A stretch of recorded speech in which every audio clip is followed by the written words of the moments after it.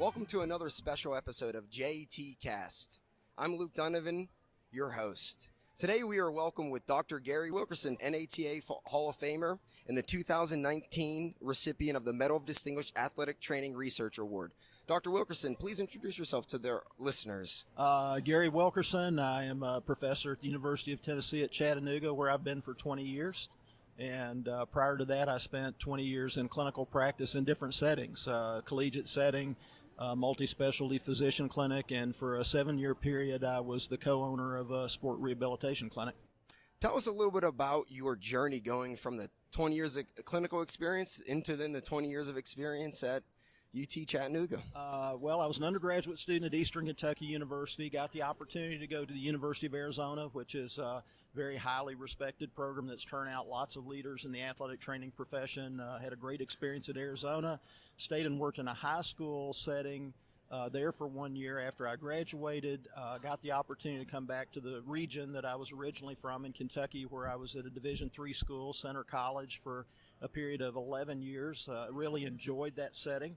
But I was ready for a different kind of challenge. Spent the next 3 years working in a multi-specialty physician clinic and learning really, how athletic training applies in a more traditional medical clinic setting. Then just always had kind of an entrepreneurial desire and really enjoyed being self-employed.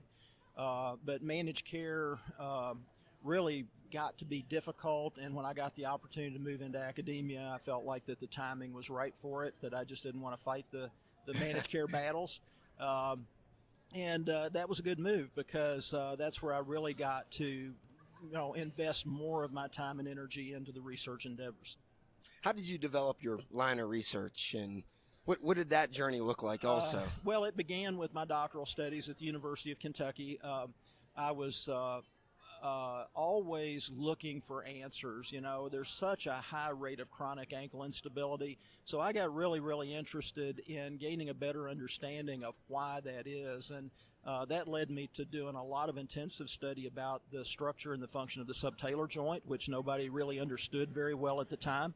And so my dissertation related to stabilization of the subtalar joint as a strategy for improving function. And I was very lower extremity oriented during all of my clinical practice, mainly working with ACL reconstruction, rehabilitation, and chronic ankle instability were the two biggest things that the kind of patients that I was working with.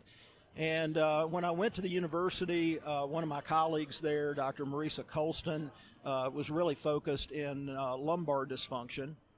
And it seemed like for a long time that her interests in low back function and mine in ankle function were really different from one another. But then we began to realize the longer we were around each other that there was a lot of things going on that were in common. And so we began working more and more together to understand how poor core stability, poor fatigue resistance was influencing lower extremity injury risk. And really, that brought me then to beginning to look higher up the kinetic chain at factors that were contributing to the most distal part down at the ankle.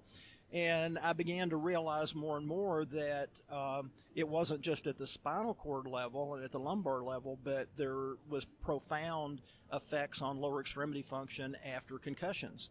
And I had the good fortune to be involved with some of the folks who were really the leaders in recognizing this doubling of risk for lower extremity injuries after concussion.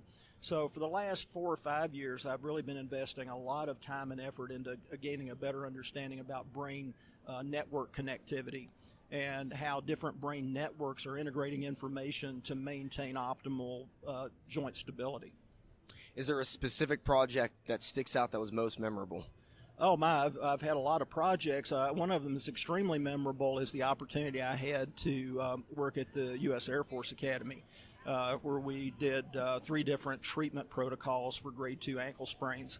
And that was just a great experience to be among the cadets and the personnel who take care of them out there. It's a beautiful place, and I'm just so impressed with the organization and the commitment of those folks out there. That project at the Air Force Academy was really great back in the early 90s.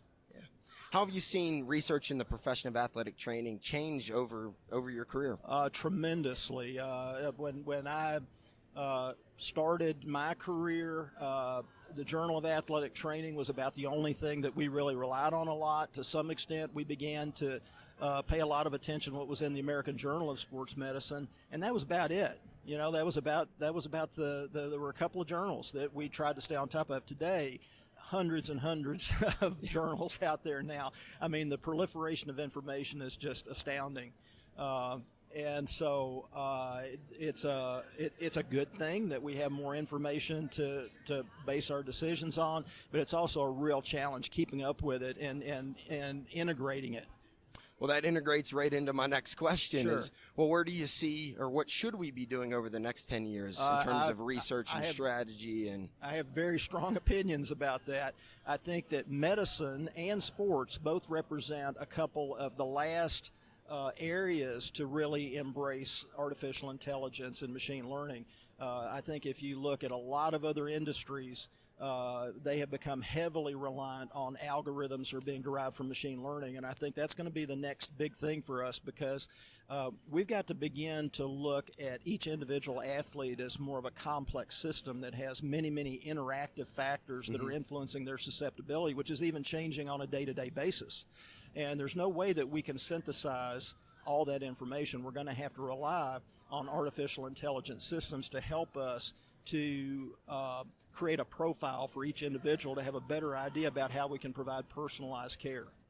do you have any advice for any early career researchers such as myself on developing a sustainable line of research? Learn as much as you can about machine learning, because I think we're going to become increasingly dependent on it.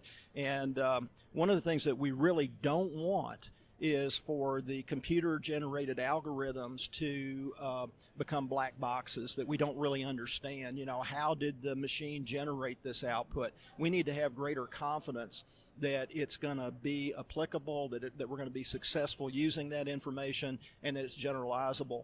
So we need more athletic training researchers who are domain experts to help guide the data that's being input into these classification systems, and to have a better understanding of their strengths and their weaknesses for what comes out the other end. Last question. Once again, congratulations on being named the 2019 Medal of Distinguished Athletic Trainer Research Award recipient. Well deserved, Dr. Wilkerson. Do you have any closing remarks? None other than I love this profession, and I want to see us keep moving forward. I see us keep advancing, and I really feel strongly that all of us, at whatever setting we're in, whatever level of educational attainment we've got, I think we all need to really commit ourselves to that personalized, patient-centered care, and understand everything that we can about the technological advancements that we're seeing occurring around us here, and rather than just kind of riding along with it, get out in front of it and be one of the health professions that's really leading everybody else in providing a higher quality of care for our patients. Well, we thank you for your contributions to the profession, and once again, we thank the listeners for tuning in to this latest episode of JAT Cast. Thank you. Thank you.